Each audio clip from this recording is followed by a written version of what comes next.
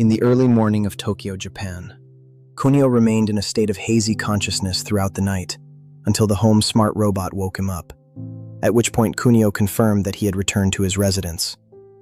The previous night, Kunio had drunk excessively, and he was escorted home by the publisher's editor, Shunichi.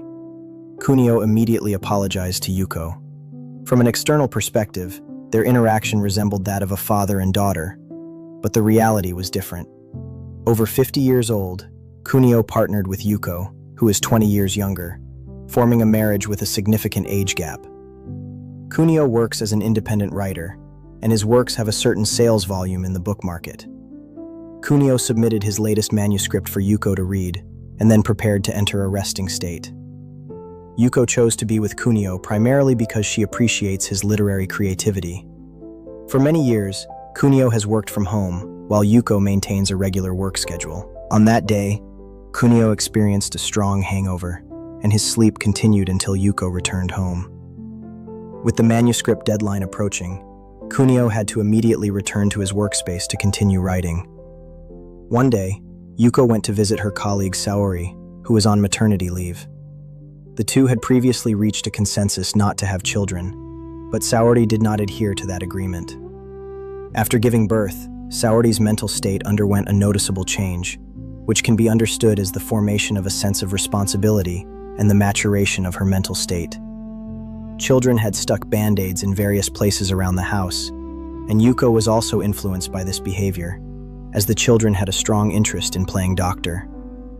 According to conventional logic, Kunio, being older, should have completed childbirth soon after marriage, but both had previously established a dink lifestyle, and Yuko had not developed any thoughts about having children. Affected by aging and changes in the surrounding environment, Yuko observed Kunio interacting with children and gradually formed a desire related to childbirth, which strengthened over time. The daily life of Kunio and Yuko is quite simple, mainly consisting of outings, meals, and walks together. During the cherry blossom season, Yuko confirmed that she was psychologically prepared and expressed her desire for childbirth to Kunio. Kunio was surprised by Yuko's statement. Although they had previously agreed not to have children, Yuko's attitude was quite firm, and Kunio ultimately chose to compromise. Their relationship resembled the jellyfish they kept at home, interdependent, without considering adding new family members. Afterward, Yuko measured her temperature at a fixed time every day, determining suitable periods for conception based on the time and temperature data. Kunio did not adjust his existing lifestyle and continued to maintain his habits of working at night and drinking alcoholic beverages. Kunio did not anticipate that Yuko would lead him to her parents' home. Kunio's relationship with Yuko's father has long been tense, primarily due to their small age difference and Yuko's father's strong opposition to their marriage in the early stages, which has led to a prolonged stalemate in their familial relationship. Kunio discovered that his self-published book was being used to prop up furniture, which caused him intense dissatisfaction. Yuko hopes to gain her parents' approval for their fertility plans, while Kunio continues to harbor negative feelings towards Yuko's father's actions. Yuko's father works at a higher education institution, and Kunio has always believed that Yuko's father looks down on him because of his independent writing career. In a state of ongoing complaints, Kunio failed to understand Yuko's true intentions and her firm determination as a woman preparing for pregnancy. Shunichi takes on the task of coordinating Kunio's publishing affairs.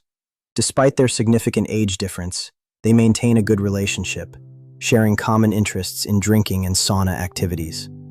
Shunichi extended an invitation for an evening gathering, which Kunio declined based on their fertility plan, as that day was calculated to be a suitable conception date for Yuko. Throughout the changing seasons, the two spent an entire year oscillating between positive emotions and conflicts, failing to achieve their fertility goals. Kunio confided his inner troubles to Shunichi, who was also unable to provide an effective solution. Failed attempts at conception typically create psychological pressure for both partners. Kunio attributed the problem to himself, not fully accepting the fertility plan, and felt confused about his changing attitude towards Yuko. This time, Shunichi suggested that Kunio adjust his creative audience focus to target the youth demographic. Kunio opposed this idea. Shinichi proposed using folk customs to assist with conception, including posting pomegranate patterns, cultivating specific plants, rearranging indoor items, and consuming certain foods. The couple widely collected related methods from those around them, but Kunio remained skeptical of such approaches, indirectly expressing his desire to give up on having children. Yuko did not respond verbally, but had already formulated a complete solution. Yuko had completed a medical examination, and professionals confirmed that her physiological state met the conditions for fertility. The core issue centered on Kunio, as the medical institution required him to provide reproductive samples for quality testing. For men, such tests can easily trigger concerns about self-identity. While waiting at the medical facility, Kunio found himself in an environment dominated by women, and the way the samples were stored also made him feel uncomfortable. 2 hours later, professionals informed Kunio that his relevant physiological indicators were only 28%, far below the standard required for normal conception, which explained the fundamental reason for their year of failed attempts at conception. Yuko and Kunio lost contact, anticipating that the examination results would not be ideal. Yuko's father had previously stated that reproductive behavior should follow natural laws, and the age difference between both parties would impact the growth of their children. Yuko did not anticipate that the examination results would have a severe psychological impact on Kunio. Medical institutions analyzed that the low indicators were related to Kunio's age and suggested that the couple visit a specialized reproductive medical facility for diagnosis and treatment. Kunio found it difficult to accept the related conclusions, as he had maintained a long-term diet and exercise regimen, and the physical examination results showed that all physiological functions were normal, leaving him unable to understand the reasons for the abnormal indicators. Kunio hoped to confirm his health status through a re-examination. At the specialized reproductive medical institution, professionals required the couple to complete a comprehensive set of examination items. The number of examination items for women exceeded 10, and the overall process would take more than a month. The male examination items only included core indicator tests and required sample extraction to be completed within the medical institution. Kunio had a psychological resistance to such processes and insisted on returning home to complete the necessary preparations, officially entering the infertility diagnosis and treatment phase. Reproductive medical professionals informed Kunio that physiological samples needed to be kept at an appropriate temperature and that the submission process should be completed within 3 hours. Kunio planned to have Yuko assist with sample preservation, but Yuko was unable to cooperate due to an emergency. Kunio had to transport the samples to the medical institution himself, and Yuko felt relieved upon learning about the process. The re-examination results showed that Yuko's physiological status was normal, while Kunio's related indicators remained at 20%. Professionals suggested that the couple try artificial insemination techniques and provided a professional explanation, noting that artificial insemination is fundamentally different from in vitro fertilization, with the core process involving the extraction of high-quality physiological samples to assist the conception process through precise operations. Kunio still had a vague understanding of the related technology and observed the status of other couples preparing for pregnancy in the medical institution. A man who had been trying to conceive for 6 years without success expressed his feelings, stating that reproductive behavior has a natural fairness that is unrelated to social attributes, and that forcing it cannot yield ideal results. This man informed Kunio that localized low-temperature treatment could improve related physiological indicators. This statement had a profound impact on Kunio. While Yuko did not complain throughout the process, Kunio decided to accept the recommendation for artificial insemination. The event that psychologically impacted Kunio was when Shunichi informed him of his spouse's 3rd pregnancy, which was an unexpected situation. That evening, Yuko's parents visited Kunio's residence. Yuko's father strongly opposed artificial insemination technology, believing that such behavior would damage their reputation. Kunio and Yuko's father had a conflict of opinions, with Yuko caught in the middle, feeling torn. Yuko, who is gentle and values family ties, tried to ease the conflict and even considered giving up on having children. Kunio insists on advancing the fertility plan, unaware of Yuko's inner pain and struggles, and decides to implement artificial insemination. The date for the first operation is set for their wedding anniversary, May 4th. Kunio follows the relevant advice for low-temperature treatment and completes the sample extraction at a medical facility, with results expected in 2 weeks. During this time, Shunichi suggests that Kunio participate in a short story writing competition, which Kunio directly declines. Yuko informs Kunio through a message that the first operation has failed, and both deliberately avoid the topic, overshadowed by disappointment.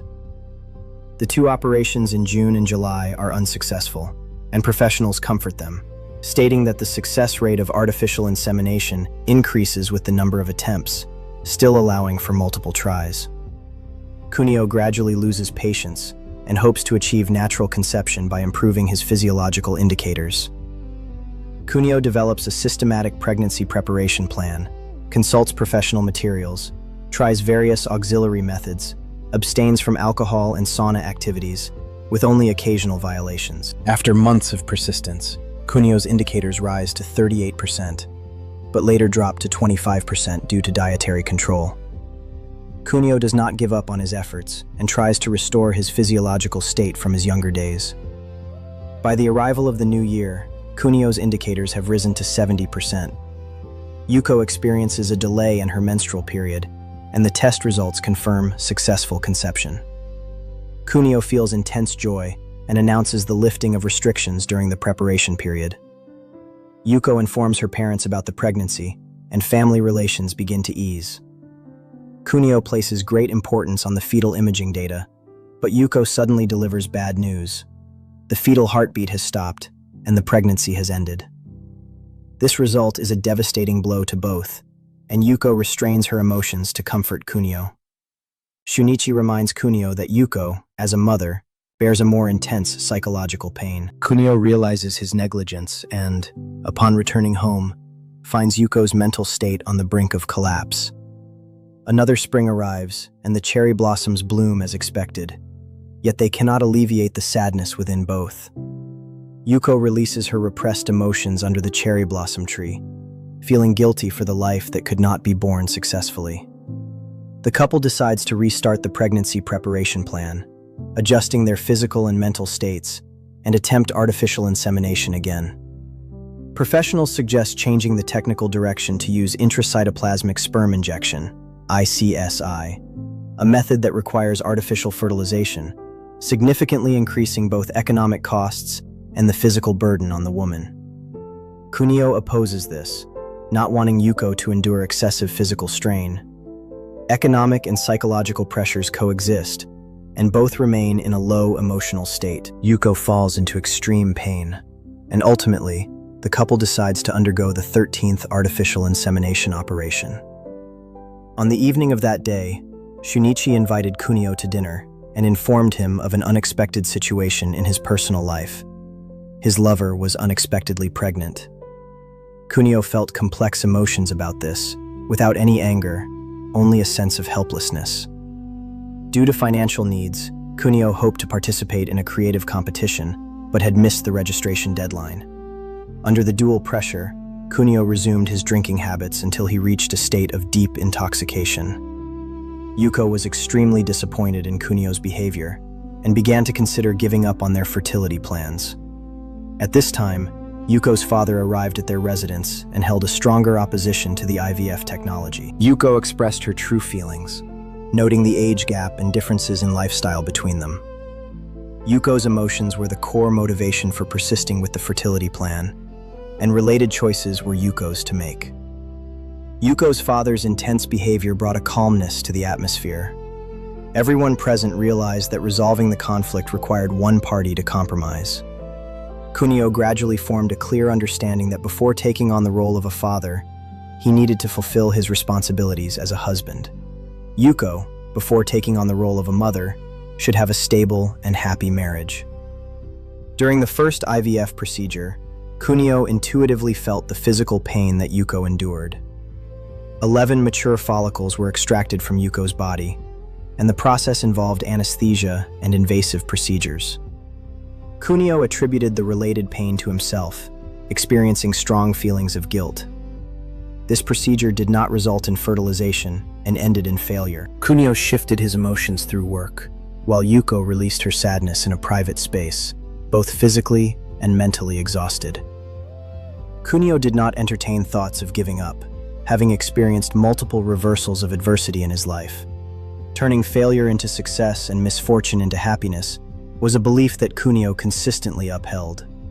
Kunio persuaded Yuko to terminate the treatment process, while Yuko expressed her determination to persevere by preparing related items.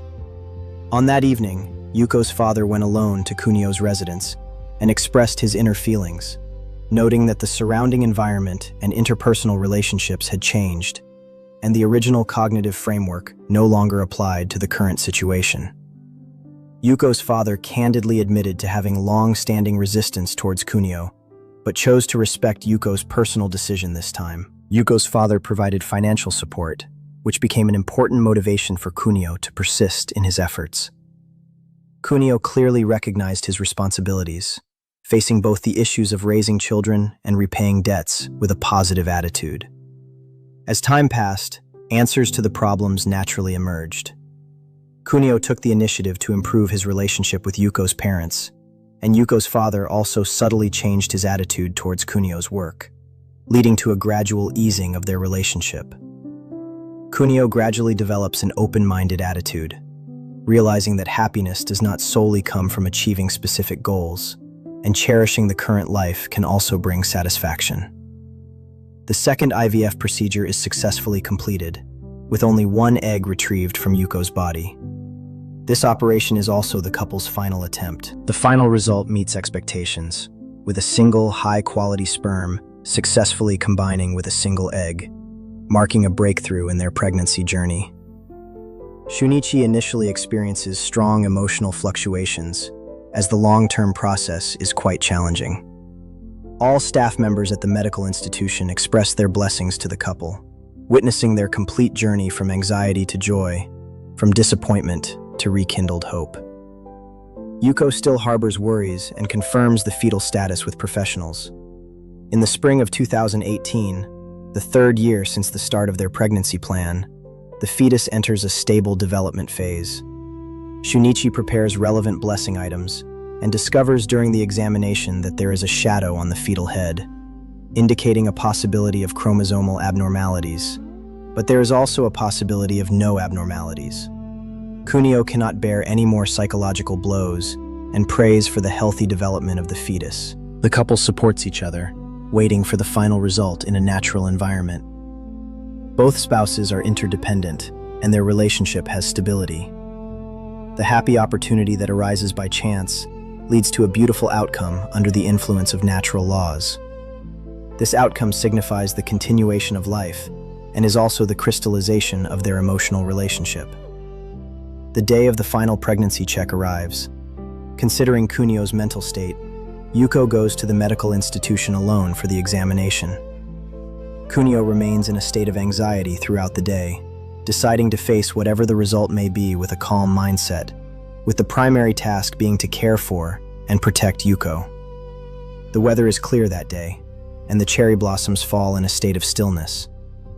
Yuko, with tears in her eyes, conveys a positive signal about the fetal health through gestures. Kunio releases long suppressed emotions and accepts the unified blessings from those around him. Mr. Kunio, congratulations. Yuko is successfully pregnant.